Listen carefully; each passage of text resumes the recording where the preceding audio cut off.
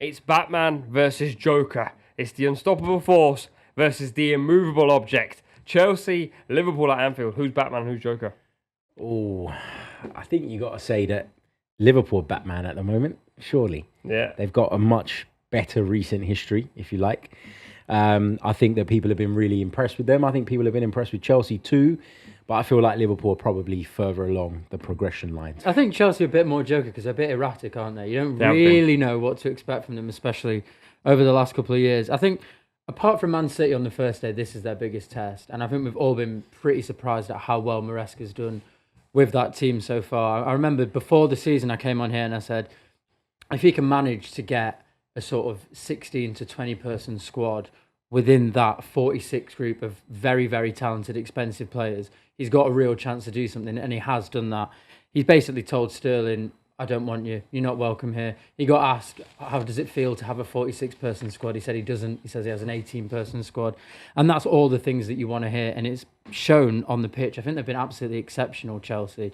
I know Chelsea fans don't want to admit it, but there's no reason why they're not in the race for the title on the way that they've been playing so far. This is their first test. This is a huge test. I think Anfield, maybe under Klopp more so than under Slot. We don't really know yet, but I think Anfield's probably the hardest place in world football to go. No one gets a result there. City very rarely get a result, and they're the best team in the world.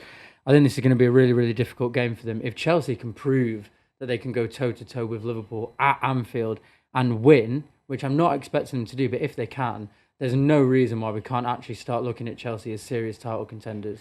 I think these two sides are in similar places, though, in the sense of they've both not been tested to the maximum at the start of this season. Liverpool, in my mind, at the minute, are title contenders, but probably 70% of that right now is based on what they've managed to do in recent years, how close they've been, where Jurgen Klopp took them to, and the respect that I still have for that group of players. That is largely the same. But they still need to go some way in convincing me. Chelsea are a side that can cause them problems. We know that. Chelsea have been in a really, really good run of form, as you say. Been super impressed with the way that Enzo Maresca's just been tunnel vision. These are my players. I don't care what you say about how many players we've got. I don't care what you say about the size of the squad. This is my group. It's clear in my mind that I'm going to work with it.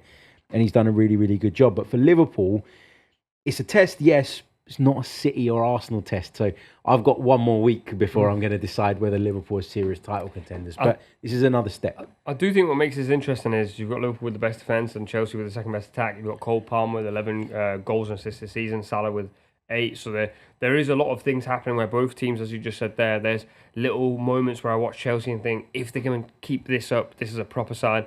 I'm a Liverpool fan. I've watched lots of Liverpool this season. Liverpool, very similar. The styles are quite similar as well in terms of formations. And then obviously there's the Anfield factor, which at the moment doesn't honestly really exist. It doesn't feel like people are going to Anfield, but obviously it's Liverpool-Chelsea. It's a big game.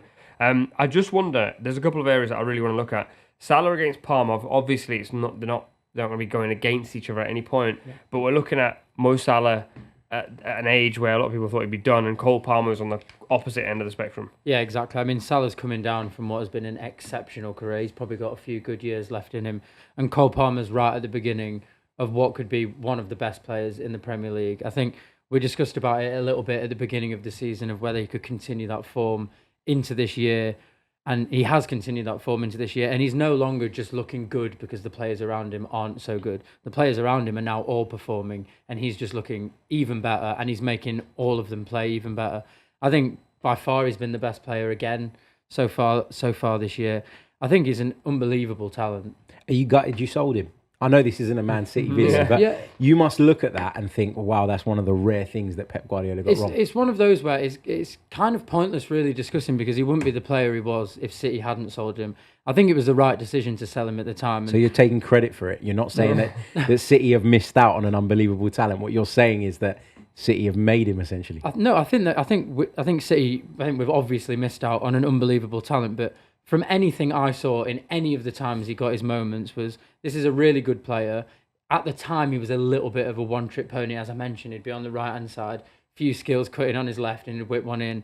No one knew. Honestly, no one knew. I don't even think Cole Palmer could have predicted him basically being player of the year in centre mid. I don't think anyone could have predicted that. I think the biggest thing with Palmer is that although often when players leave a big side to another side, they normally go backwards. But I think he moved to a side that was desperate for a hero, and he wanted to be exactly that. And that allowed him to suddenly bring out all these new things. Because I agree with you, I've spoken to so many City fans who've gone, he was good, but like we had Mahrez at the time, and then Savio obviously now. Like even if Palmer was in that side now, that version of Palmer probably still doesn't play. But now he's like the main man in this Chelsea team. He's the fulcrum.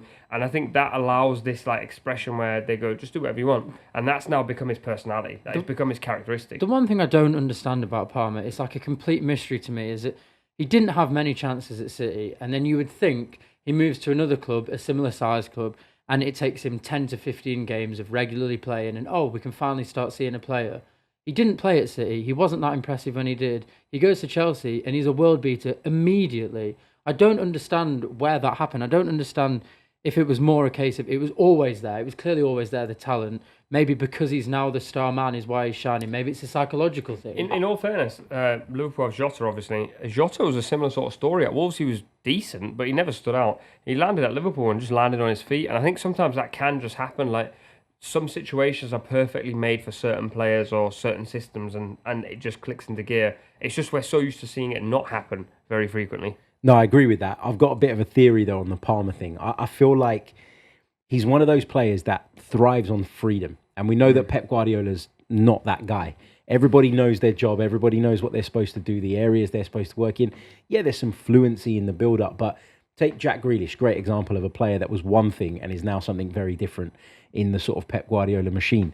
Cole Palmer's gone there and he's thrived in the chaos at Chelsea in terms of the lack of organisation, the lack of direction maybe at times under Maurizio Pochettino. The fact that that direction kept changing meant that he could go under the radar without actually ever doing anything that was asked of him and just be that sort of that free player, the maverick, if you like.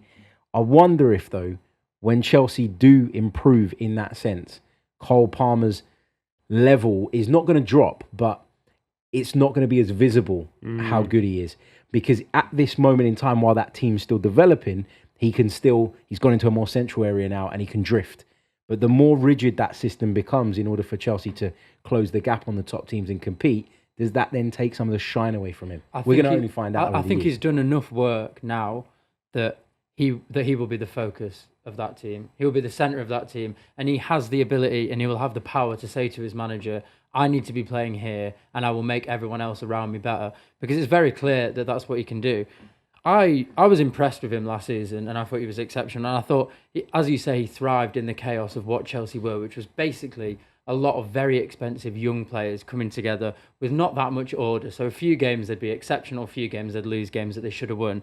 This year there is more structure, but it hasn't really changed his role at all. He's still the main man. Everyone still looks to him to pass to. He's still involved in pretty much every single goal that Chelsea score. So I don't necessarily think that will change in time. I think it's a player just came to my mind now. I won't go into it for too long, but Nasri at Arsenal. Arsenal were like a little bit helter-skelter, mad things were happening, and he looked unbelievable at times. He went to City and he was still really good, but he just wasn't quite the same. Could be a similar sort of thing, but I think it's going to take a while to figure that out. Just very quickly, Liverpool will be playing their third choice goalkeeper, Jaros, in goal, and Chelsea will be without Cucurella and Fofana. So that back four for Chelsea, maybe Tosin and Disasi will play at centre-back. Liverpool have the second best defence, as I mentioned. Chelsea have scored 16 goals this season. What's going to give way here?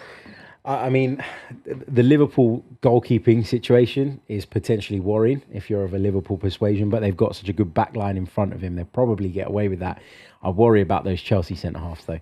I think in their recruitment, there's been some good bits that people don't necessarily want to talk about because the narrative is how bad their recruitment has been and how all over the place it is. But where there's no debate around where they've got things wrong, Axel Disasi is one of them for me. Yeah. I've heard him referred to as Axel Disaster. I don't want to say that. It's not my words, but when I say I don't want to say it, I don't want it to be attributed to me because it wasn't me that came up with it. That's far too good a joke for me to have come up with it. But I don't particularly rate him, and I worry for them at Anfield in the defensive side of things. But having said that, despite Liverpool having a really good defence, I do think Chelsea's attack is more than capable of causing them problems. I think you made a really interesting point before where you were talking about you thinking Liverpool are title contenders because of what they've done over the last few years. And I think that's kind of our metric usually is should they be in our perception of them. So you'd say Liverpool are. You'd say Chelsea aren't because of how they've been over the last few years. But if you look at how both teams have played, they've been pretty similar. I would say Chelsea have been a little bit more entertaining to watch. So just on the foundation of the games of this season, I would say Chelsea are title contenders and they have played a little bit better than Liverpool. The difference is Chelsea have no leaders. They have no natural leaders. They're all young players. They don't have Van Dijk. They don't have Robertson. They don't have Salah. They don't have any of those players. And in big games like this, that's potentially the difference. And when you look further into the season, that could be the difference as well, I think. All right, let's get score predictions. Kim, I'll start with you.